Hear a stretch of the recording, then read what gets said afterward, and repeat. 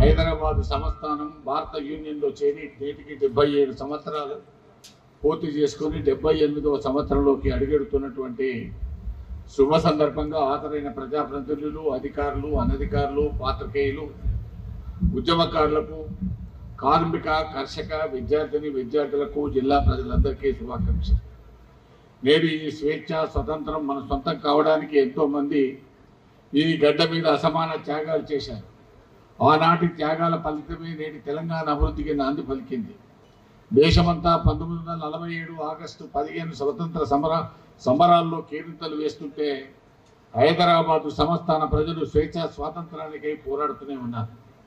Britain parliament ఆమోదించిన India independence act సంస్థానాల విలీన విషయంలో స్వతంత్రంగా ఉండడమా లేదా భారతదేశంలో లేదా పాకిస్తాన్లో విలీనం కావడానికి అవకాశం కల్పించింది.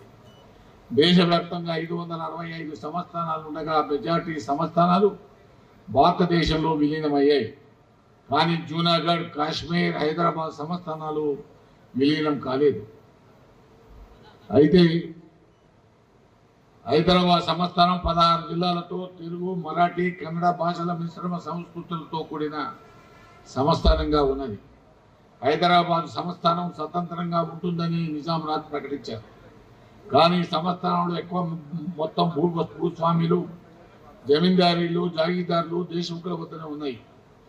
రైతులు కౌలు కింద చేతికి వచ్చిన పంట అగ్రభాగం చెల్లించాల్సి వచ్చింది. 85% ప్రజలు మాట్లాడే స్థానిక భాషపై నిరాధారణ, ప్రజల అణచివేత, వెట్టి చాకరీ, బానిసత్వం కొనసాగింది. మరోవైపు ప్రైవేట్ సైన్యం మరియు రజాకార్ల దమనకాండ కొనసాగింది. కనీస హక్కుల కోసం దోపిడీ, దౌర్జన్యాలను ఎదిరించి ప్రజలపై దాడులు మరియు దారుణాలు ఎక్కువ కావడంతో ప్రజలు ఎదురు తిరిగారు. తెలంగాణ ప్రజల చైతన్యవంతులు చేయడానికి జరిగిన ప్రయత్నాల్లో గ్రంథాలయ ఉద్యమం మొట్టమొదటిది. తెలుగులో ఫాస్టెస్ట్ న్యూస్ ఇప్పుడు కొత్త అవతారంలో 5 సెకండ్లోనే పూర్తి వార్తా సమాచారం మీ చేతిలో. సోషల్ మీడియా ట్రెండ్స్ మీ కళ్ళ ముందుకే live TV and voice search ఆప్షన్స్తో ఇప్పుడే డౌన్లోడ్ చేయండి. యాప్ లింక్ డిస్క్రిప్షన్లో ఉంది.